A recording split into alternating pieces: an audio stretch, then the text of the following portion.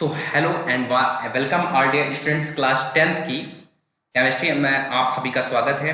हम लोग चैप्टर 3 पढ़ रहे हैं और उसका पार्ट 3 हम लोग पहुंच चुके हैं। ठीक है, तो अभी तक हम लोग क्या पढ़ लिए थे? फिजिकल और chemical properties of metal and non metal पढ़ चुके हैं। ठीक है, तो अब जैसा कि हम जान चुके हैं कि जो मेटल होते हैं वो नेचर के अंदर मिलते हैं। मेटल जो है वो नेचर के अंदर मिलते हैं, इसलिए दे आर नेचुरल सब्सटेंसेस। क्या है? They are natural substances. ठीक है, दे आर नेचुरल सब्सटेंसेस। तो नेचुरल सब्सटेंसेस तो हैं, तो किसी तरीके से तो मिलते होंगे ना। ऐसा तो नहीं है कि ऐसे हमारे पास बालू कहीं कहीं कहीं कहीं रखी है और हमने निकाला, इसमें सीधा सीधा हमें मेटल प्राप्त हो गया और हमने यूज कर लिया। तो ऐसे नहीं मिलता है हमें, तो कहीं से तो मिलता होगा। तो metal are actually quite reactive, so they usually occur in a combined form. मतलब कई चीजों से मिलकर, कई चीजों में मिली होती हैं, तब उसमें से हम मेटल को अलग करते हैं। हमें एकदम साफ साफ मेटल नहीं मिल जाता है, तो इन्हीं कंबाइंड फॉर्म में से मेटल निकालने के प्रोसेस को हम लोग किस नाम से जानते हैं? मेटलर्जी के नाम से जानते हैं। किस नाम से? धातु कर्म के नाम से जानते हैं। अब हम यही देखने जा रहे हैं कि कैसे नेचुरल सब्सटेंस को, मेटल को आप कैसे अलग कर, किसी दूसरे नेचुरल सब्सटेंस से कैसे अलग कर सकते हैं, है ना। तो मेटलर्जी पढ़ने से पहले, इसको पढ़ने से पहले अच्छी तरीके से कुछ टर्म है उसको हम देख लेते हैं। जैसे मान लीजिए पहला टर्म हमारे पास है खनिज। तो क्वेश्चन अराइज होता है कि मिनरल्स क्या होते हैं, खनिज क्या होते हैं। आपको पता है कि अर्थ की 3 लेयर होती हैं। क्या? अर्थ की 3 लेयर होती हैं। ठीक है, सबसे अंदर की जो लेयर होती है वो क्या होती है? कोर होती है। ठीक है, कोर होती है। क्या होती है कोर? क्या है? मतलब सबसे इनर वाली लेयर को कोर कहते हैं। इसमें इनर कोर भी होता है और आउटर कोर भी होता है। इन दोनों को मिला दें तो सीधा सीधा में कोर प्राप्त हो जाता है। ठीक है, तो अर्थ की सबसे अंदर वाली जो लेयर है उसको कोर कहते हैं, और जो मिडिल वाली लेयर है उसको मेंटल कहते हैं। क्या कहते हैं? मेंटल। जैसे कि आप ये देख पा रहे हैं, ये वाला एरिया जो है, ये एरिया, इसको क्या करें? मेंटल करें। और जो सबसे ऊपर वाला पोर्शन है वो क्या कहलाता है? क्रस्ट कहलाता है, जिसको आप भूपर्पटी कहते हैं। ये वाला एरिया, इसको क्या कहते हैं? क्रस्ट कहते हैं। ठीक है, तो जो अर्थ की इनर लेयर है उसको कोर कहते हैं, मिडिल लेयर को क्या कहते हैं? मेंटल कहते हैं, और जो एकदम आउटर लेयर है उसको क्या कहते हैं? क्रस्ट कहते हैं। तो अर्थ के यही 3 लेयर होती हैं ना। तो अर्थ अर्थ क्रस्ट यानी कि भूपर्पटी सबसे अपर लेयर है। इस अपर लेयर में, इस वाले अपर लेयर में जो कुछ भी हमें मिलता है बस उन्हीं को हम क्या कहते हैं? मिनरल्स कह देते हैं। आपको पता है कि अर्थ के अंदर बहुत कुछ मिलता है। हमें प्लांट्स मिलता है ना, हमें एनिमल्स मिलते हैं ना, तो बहुत कुछ मिलता है हमें, बहुत सब्सटेंसेस मिलते हैं। जो भी अर्थ क्रस्ट से मिल रहे हैं सब मिनरल है ना, सब मिनरल है। इनको मत कह दो भाई, सब मिनरल है। ठीक है, तो अब हम डेफिनेशन देख लेते हैं कि भूपर्पटी पर जो कुछ भी हमें प्राप्त होता है उन्हें हम क्या कह देते हैं? खनिज कह देते हैं, मिनरल्स कह देते हैं। तो the second topic which we have to study here that is ore. तो सेकेंड टॉपिक हमें यहां पे पढ़ना है अयस्कों के बारे में। अयस्क क्या होते हैं? तो ऐसे खनिज या ऐसे मिनरल जिनसे हम धातु को निष्कर्षित करते हैं, अयस्क कहलाते हैं ना। तो मतलब जैसे अर्थ के अंदर तो बहुत कुछ हमें मिल रहा है ना, हमने क्या बताया? एनिमल्स मिल रहे हैं, प्लांट्स मिल रहे हैं, तो उनसे सब से आप मेटल ऑब्टेन नहीं कर सकते हैं। लेकिन कुछ ऐसे रॉ मटेरियल होते हैं जिनसे आप मेटल को ऑब्टेन कर सकते हैं। तो जिनसे आप मेटल को ऑब्टेन कर पा रहे हैं ऐसे खनिज ही क्या कहलाते हैं? अयस्क कहलाते हैं। ठीक है, तो इस प्रकार हम कह सकते हैं कि ऑल ओर आर मिनरल्स, मतलब सभी अयस्क जो हैं वो क्या है? खनिज हैं। But all mineral are not ore, लेकिन सभी खनिज अयस्क नहीं है। क्यों नहीं है? क्योंकि सभी खनिजों से हम, अब कोई हमसे बोले, कोई जानवर से बोले कि मेटल प्राप्त कर ले, तो कैसे प्राप्त कर पाएगा? तो इसलिए सभी खनिज जो हैं वो अयस्क नहीं है, क्योंकि सबसे आप मेटल नहीं प्राप्त कर सकते हैं ना। तो इसको जानते रहिएगा। ठीक है, मीन्स हम आपको ये एक लाइन में हम लोग ये लिख सकते हैं कि metal plus combined substance that is ore. ठीक है, तो उम्मीद है कि समझ में आ गया होगा। तो जैसा कि यहाँ पे आप देख रहे हैं कि मेटल तो हर एक ओर में होगा, लेकिन जो कंबाइंड सब्सटेंस होंगे वो हर ओर के अंदर डिफरेंट होंगे। तो यही कंबाइंड सब्सटेंस को देखते हुए कि कौन सी चीज जो मेटल के साथ जुड़ी है, तो हमारे पास डिफरेंट टाइप ऑफ ओर्स है ना।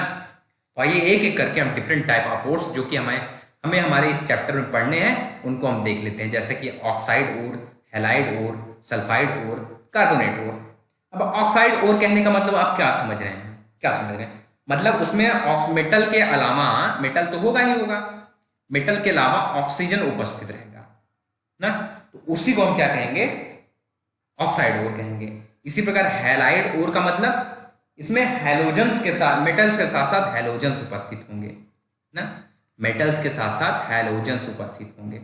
अब हैलोजन जैसे फ्लोरीन हो गया आपका F, क्लोरीन, Br, आयोडीन, तो ये सब क्या है? ये सब हैलाइड ओर्स हैं। इसी प्रकार सल्फाइड ओर्स का मतलब आप क्या समझते हैं? यानी कि इसमें मेटल के साथ साथ सल्फर की उपस्थिति रहेगी। सल्फर की उपस्थिति रहेगी। और कार्बोनेट की ओर के मतलब मेटल के साथ साथ कार्बोनेट ना, मेटल के साथ साथ कार्बोनेट की उपस्थिति रहेगी। तो हमने 4 कॉमन ओर लिखा है, और भी बहुत टाइप के होते हैं, लेकिन हमें यहाँ पे केवल इन कॉमन 4 चीजों के बारे में पढ़ना है। तो आइए अब कुछ एग्जांपल्स देख लेते हैं ओर ऑफ सम मेटल्स। जैसे कि आप देख पा रहे हैं एल्यूमिनियम ना, तो एल्यूमिनियम का एक ओर होता है बॉक्साइड ओर। इसका फार्मूला जानते हैं क्या होता है? इसका फार्मूला होता है Al2O3 कंटेनिंग 2H2O। क्योंकि इसमें एल्यूमिनियम उपस्थित है, मतलब आप समझ जाएंगे क्या है, ये एल्यूमिनियम का ओर है, ठीक है, मेटल का ओर है। इसी प्रकार क्रायोलाइट ओर, ये भी एल्यूमिनियम का ही होता है ना। इसमें Na3Al F6, ये सब फार्मूला याद कर लीजिएगा, कभी कभी पूछ लेता है ना। तो यहाँ आप देख पा रहे हैं एल्यूमिनियम है, इसलिए एल्यूमिनियम का ओर तो हो गया, लेकिन एक चीज और देख रहे हैं, ये कौन सा ओर है जानते हैं? फ्लोरीन। फ्लोरीन क्या है? हैलोजन होता है ना, हैलोजन होता है। इसका मतलब क्या है? हैलाइड ना, हैलाइड ओर्स हैं। तो आप देख के ही बता सकते हैं कि कौन से ओर हैं। इसी प्रकार हेमेटाइट का फार्मूला क्या होता है? हेमेटाइट का फार्मूला हम यहाँ लिख दे रहे हैं, जैसे Fe2O3 containing 2H2O। Containing 2H2O का कहने का मतलब कि ये वाटर ऑफ क्रिस्टलाइजेशन है, ये तो आपको हम पहले भी बताए थे। तो ये फार्मूला आप याद रखिए कि हेमेटाइट का क्या होता है ना। अब देखिए यहाँ पे Fe उपस्थित है, इसलिए आयरन का है ये ना, आयरन के ओर है। इसी प्रकार मैग्नेटाइट ओर, इसका फार्मूला क्या होता है? Fe2O4। क्या होता है? Fe2O4। यहाँ पे ऑक्साइड उपस्थित है, इसका मतलब क्या है? ऑक्साइड ओर है। आप बस देख के बता सकते हैं इसको, एकदम देख के केवल आप इसको बता सकते हैं। इसी प्रकार नेक्स्ट हम जैसे कॉपर की ओर देख लेते हैं, मतलब कॉपर पायराइड। ये तो नाम से पता चल रहा है कि किसका है, इसी का है।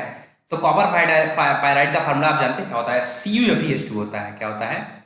CuFeS2, ठीक है।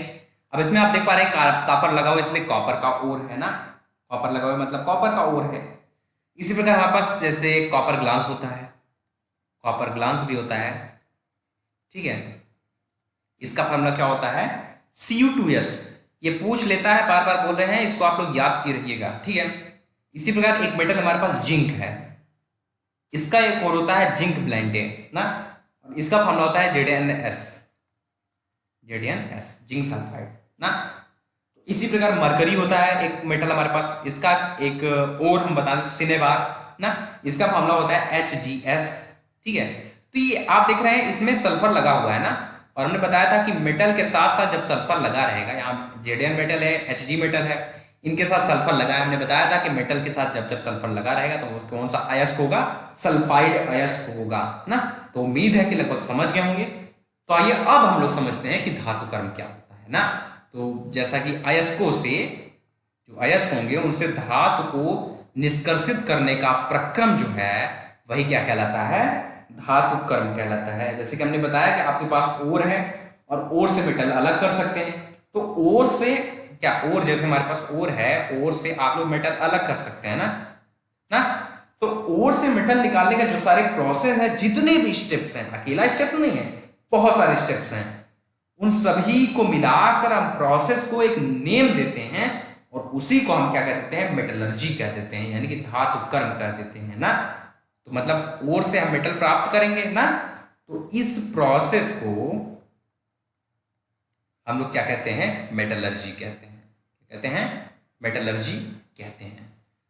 अब इसमें तो ये मेटलर्जी का मतलब मेटल से ओर को अलग करना। It is the process of extracting metal from its respective ore. ठीक है, अभी एक दो तो स्टेप्स तो होंगे नहीं इसमें, जैसे हमने डिस्कस किया। देखिए अब यहाँ पे जैसे हमने डिस्कस किया कि एल्यूमिनियम का ओर क्या है, बॉक्साइड है। क्या है, बॉक्साइड है ना। एल्यूमिनियम का ओर क्या है, बॉक्साइड है। बॉक्साइड का फॉर्मूला क्या होता है, Al2O3 containing 2H2O। Al2O3 containing 2H2O, ये होता है किसका, बॉक्साइड का फॉर्मूला। तो कुछ ऐसे स्टेप्स करेंगे जिसमें प्योर एल्यूमिनियम अलग हो जाएगा ना। इसमें एल्यूमिनियम है ना, कुछ ऐसे स्टेप्स करेंगे कि इसमें से प्योर एल्यूमिनियम अलग हो जाएगा। मींस मेटल को हम इस ओर से अलग कर लेंगे। तो जो स्टेप हमें करने पड़ेंगे इसको अलग करने के लिए एल्यूमिनियम को, उसी प्रोसेस को हम मेटलर्जी के नाम से जानते हैं। तो इसमें वेरियस स्टेप इन्वॉल्व होते हैं, बहुत सारे स्टेप्स इन्वॉल्व होते हैं। तो नीचे दिए गए स्टेप्स ऑर्डर के अनुसार ही फॉलो किए जाएंगे। सबसे पहले हम लोग कंसंट्रेशन ऑफ ओर करते हैं, अयस्कों का सांद्रण करते हैं। इसमें भी कई विधियां हैं, जैसे आप हाइड्रोलिक वॉशिंग करके, मैग्नेटिक सेपरेशन यानी कि चुंबकीय पृथक्करण विधि है, और जैसे हमारे पास केमिकल सेपरेशन रासायनिक पृथक्करण विधि है। तो बहुत सारी विधियां हैं। केवल इसी अयस्कों के सांद्रण में ही ये स्टेप फर्स्ट है। फर्स्ट स्टेप क्या है, अयस्कों का सांद्रण करेंगे। जब पूरी तरीके से अयस्क सांद्रित हो जाएगा तो इसके बाद अयस्कों का ऑक्सीकरण करते हैं। बहुत चीज आप पढ़ेंगे। ठीक है, अयस्कों का ऑक्सीकरण में दो प्रकार से होगा वहां पे, हम आपको बताएंगे अभी। ये सेकंड स्टेप हो गया ऑक्सीडेशन ऑफ ओर, और थर्ड स्टेप हमारा होगा अयस्क का अपचयन करेंगे ना, रिडक्शन ऑफ ओर। इसमें भी कई स्टेप्स हैं। इसी प्रकार हम रिफाइनिंग करेंगे, तब जाके अंतिम में शोधन करेंगे। इतने प्रोसेस को करने के बाद अब जो हमें प्राप्त होगा वो क्या होगा, हमारा धातु शुद्ध होगा। तो समझ रहे हैं ना कितना माथा पच्ची करना है इसमें। इसलिए एकदम ध्यान लगा के एक एक चीज पढ़िएगा।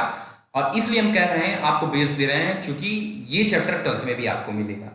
ठीक है, तो इसलिए आज ही अभी से ही जब भी पढ़ रहे हैं आप एकदम मन लगा के इसको पढ़िए, इस चैप्टर को पढ़िएगा। तो एक बात और बता दी, जो कंसंट्रेशन ऑफ ओर है, ये इसको एक नाम से और नाम से जानते हैं, किस नाम से, एनरिचमेंट ऑफ ओर। क्या, एनरिचमेंट ऑफ ओर, यानी कि अयस्कों का संवर्धन।